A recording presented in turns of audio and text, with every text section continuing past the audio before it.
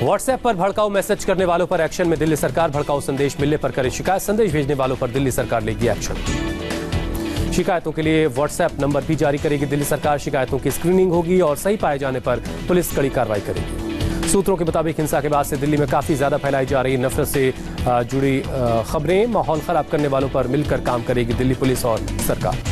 दिल्ली में दंगे के बाद अमन चैन के लिए जंतर मंतर पर शांति मार्च। कपिल मिश्रा समेत कई लोग मार्च में शामिल।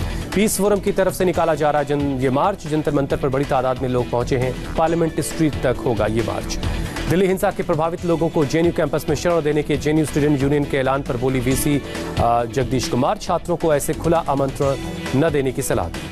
दिल्ली के खजूरी खास इलाके से आई दिल को सुकून देने वाली तस्वीर। जली हुई गाड़ी के पास बेखौफ होकर क्रिकेट खेलते नजर आए बच्चे। हिंसा के 3 दिन बाद हालात पूरी तरह सामान्य। सड़क के किनारे खौफनाक मंजर को भूलकर खेल में जुटे हैं स्थानीय बच्चे। रोड पर बेपरवाह होकर आते जाते नजर आ रहे हैं लोग। उत्तर पूर्वी दिल्ली में पटरी पर लौटी रही है जिंदगी। शिव विहार इलाके की तस्वीरें आई सामने। पार्किंग में खड़ी है आगजनी की शिकार दर्जनों गाड़ियां। शिव विहार इलाके में चारों तरफ दिखे दंगों के निशान। अभी भी तैनात है पुलिस। धारा 144 भी लागू है। शिव विहार इलाके की सफाई में जुटी एमसीडी की टीम। सड़क किनारे से मलबे को हटाने का काम जारी। जेसीबी के जरिए नालों की भी सफाई की जा रही है।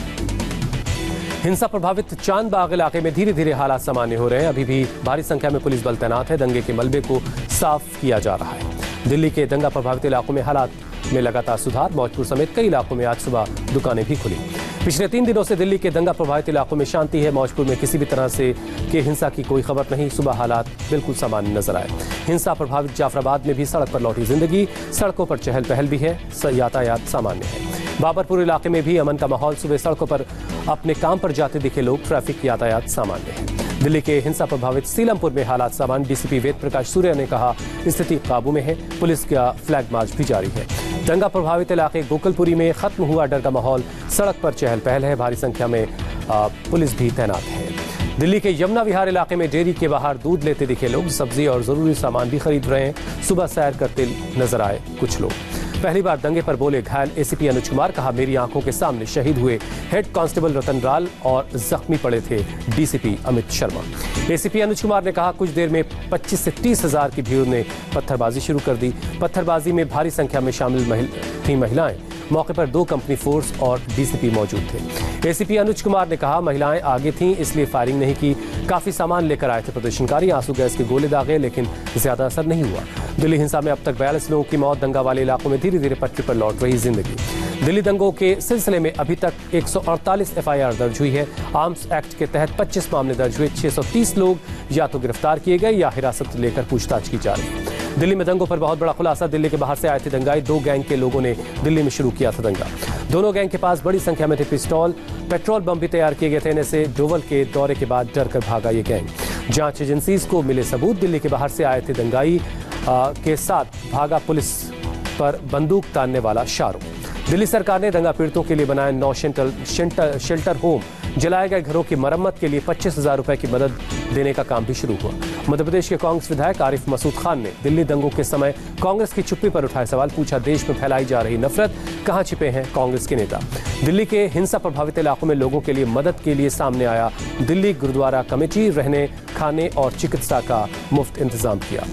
अदनान सामी को भारत में नहीं लगता डर। कहा भारत में मैं महसूस करता हूं सुरक्षित। सीएए भारतीयों के लिए नहीं। प्रयागराज एयरपोर्ट पर पीएम मोदी का गर्मजोशी से स्वागत हुआ। राज्यपाल आनंदीबेन पटेल और सीएम योगी ने अगुवाई की। प्रयागराज में पीएम मोदी ने सामाजिक अधिकारिता शिविर का उद्घाटन किया। दिव्यांगों के लिए व्हील चेयर और वरिष्ठ नागरिकों को सहायक उपकरण बांटे गए। दिव्यांगों और वरिष्ठ नागरिकों को तोहफा बांटकर पीएम मोदी ने बनाया विश्व रिकॉर्ड। दिव्यांगों को बांटे 26,791 उपकरण। इससे पहले राजकोट में एक शिविर में 18,000 दिव्यांगों को उपकरण बांटे गए थे। वयोश्री योजना के तहत प्रधानमंत्री ने सीनियर सिटीजन्स को दिया सहायता उपकरण।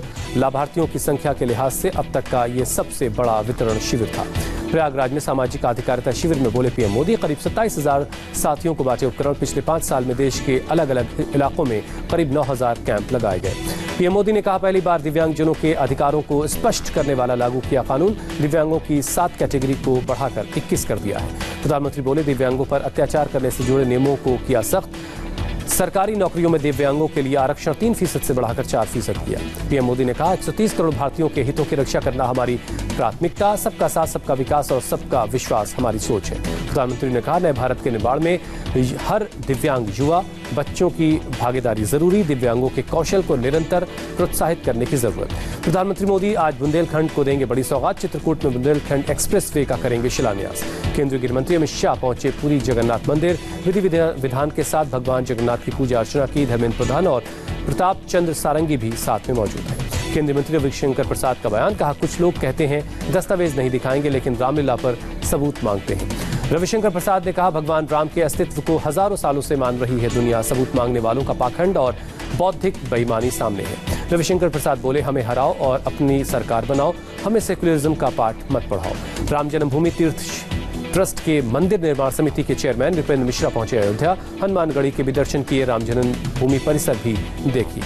अयोध्या में रामलला की मूर्ति शिफ्ट करने पर आज आएगा फैसला, निर्माण की तारीख का भी ऐलान मुमकिन है। अयोध्या पर्व में पहुंचा संत समाज, श्री राम जन्मभूमि तीर्थ क्षेत्र ट्रस्ट के अध्यक्ष महंत नृत्य गोपाल दास ने कहा 1 हफ्ते के अंदर होगा मंदिर निर्माण की तारीख का ऐलान। दिल्ली सरकार ने 13 महीने बाद दी देशद्रोह केस में कन्हैया कुमार समेत 9 लोगों के खिलाफ चार्जशीट को मंजूरी, अब कोर्ट में चलेगा मुकदमा, 1 साल के इंतजार के बाद मिली हरी झंडी। आप विधायक राघव चड्ढा के मुताबिक दिल्ली सरकार के कानून विभाग ने काफी विचार विमर्श के बाद पुलिस को इस केस को चलाने की मंजूरी दी है। 20 फरवरी को मुकदमा चलाने की पर लगाई मुहर। कन्हैया कुमार ने केस चलाने की टाइमिंग पर सवाल उठाए, कहा लोकसभा चुनाव के समय चार्जशीट दायर करने की सिर्फ कोशिश, बिहार चुनाव की तैयारी के समय दी गई केस को मंजूरी। कन्हैया कुमार ने केस को मंजूरी देने के लिए दिल्ली सरकार का शुक्रिया अदा किया, कहा फास्ट ट्रैक कोर्ट में सुनवाई हो, लोगों को पता चले कैसे देशद्रोह केस का हो रहा है गलत इस्तेमाल। केंद्रीय मंत्री जावड़ेकर ने कहा 3 साल से कन्हैया का केस लटका रहने के केजरीवाल जनता के दबाव में केस चलाने को मंजूरी दी। कन्हैया कुमार ने सीए के खिलाफ रांची में की रैली, अच्छे दिन का झांसा देने वालों पर अर्थव्यवस्था को बर्बाद कर देने का इल्जाम लगाया। विदेश मंत्री एस जयशंकर ने कहा राष्ट्रीयता मौजूदा समय की खासियत, सरकारों को इस पर रक्षात्मक होने की जरूरत नहीं। एनआईए की बड़ी कामयाबी, जैश के आतंकी शाकिर बशीर को गिरफ्तार किया, पुलवामा हमले में सुसाइड बॉम्बर आदिल को शरण देने का इल्जाम है। निर्भया के गुनहगारों की फांसी पर फिर लटकाने के आसार, फांसी की तय तारीख से 4 दिन पहले पवन गुप्ता ने सुप्रीम कोर्ट में दायर की क्यूरेटिव पिटीशन। रेप के दोषी कुलदीप सिंह सेंगर के खिलाफ आज 30 हजारी कोर्ट सुनाएगा फैसला, सेंगर पर रेप पीड़ित लड़की के पिता की हत्या का इल्जाम है। मुंबई के पुलिस कमिश्नर संजय बर्वे आज रिटायर हुए। संजय बर्वे ने आखिरी बार ली परेड की सलामी, सम्मान में दिया गया फेयरवेल। संजय बर्वे को फेयरवेल समारोह के बाद दी गई विदाई, फूलों से सजाई गई गाड़ी में सवार दिखे बर्वे, गाड़ी को खींचते दिखे पुलिस के अधिकारी। मुंबई पुलिस कमिश्नर बने DG ACB Paramvir Singh, police commissioner Sanjay Barve की ली जगह। 1988 बैच के आईपीएस अधिकारी हैं परमवीर सिंह।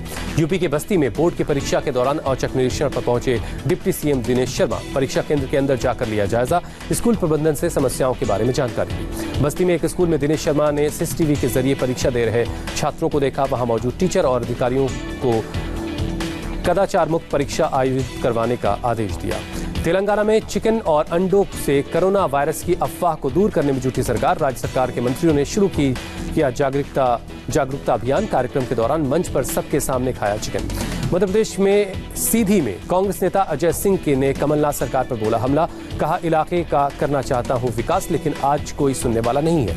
मध्य प्रदेश के शहडोल में मंत्री प्रदीप जायसवाल की मौजूदगी में महिला खनन अधिकारी से भिड़े कांग्रेस के नेता, जमकर तूतू-मैं हुई। सीतापुर जेल में बंद समाजवादी पार्टी के नेता आजम खान को लाया जा रहा है रामपुर, पत्नी और बेटे के साथ आज रामपुर कोर्ट में पेशी होनी है। छत्तीसगढ़ के सीएमओ में डिप्टी सेक्रेटरी के घर पर पड़े आयकर के छापे, सौम्या चौरसिया की भिलाई स्थित घर पर आयकर विभाग की कार्रवाई। छत्तीसगढ़ के सीएम भूपेश बघेल ने पर्सनल सेक्रेटरी के घर पर छापे को बताया राजनीति से प्रेरित, कहा मजबूत सरकार को अस्थिर करने की साजिश है। शिव सैनिकों ने महाराष्ट्र के वर्धा में कंस्ट्रक्शन कंपनी के दफ्तर में तोड़फोड़ की, कंपनी पर आरवी सिटी में सड़क निर्माण में देरी का इल्जाम है। यूपी के मुरादाबाद में 2 पुलिस वालों समेत 3 लोगों को कोर्ट में भेजा जेल, तीनों एक बच्चे के किडनैपिंग में शामिल थे। यूपी के होमगार्ड जवान होंगे हाईटेक, जवानों को मिलेगा इंसास राइफल। लखनऊ में हुई 2 दिनों की ट्रेनिंग। मुंबई के पुलिस कमिश्नर संजय बर्वे को नहीं मिलेगा एक्सटेंशन, गृहमंत्री अनिल देशमुख ने किया ऐलान। यूपी के शाहजहांपुर में कपड़े की फैक्ट्री में तेंदुए के घुसने से हड़कंप, प्रबंधन ने आज बंद की फैक्ट्री, तेंदुए को पकड़ने में जुटा है वन विभाग। लीप ईयर के मौके पर गुजरात के केवरिया में स्टैच्यू ऑफ यूनिटी पर योग 182 योग साधकों ने किया सूर्य नमस्कार। अहमदाबाद से जयपुर आ रही फ्लाइट में टेक ऑफ के समय घुसा कबूतर, प्लेन के अंदर मचा हंगामा। कबूतर को बाहर निकालने के बाद फ्लाइट ने टेक ऑफ किया।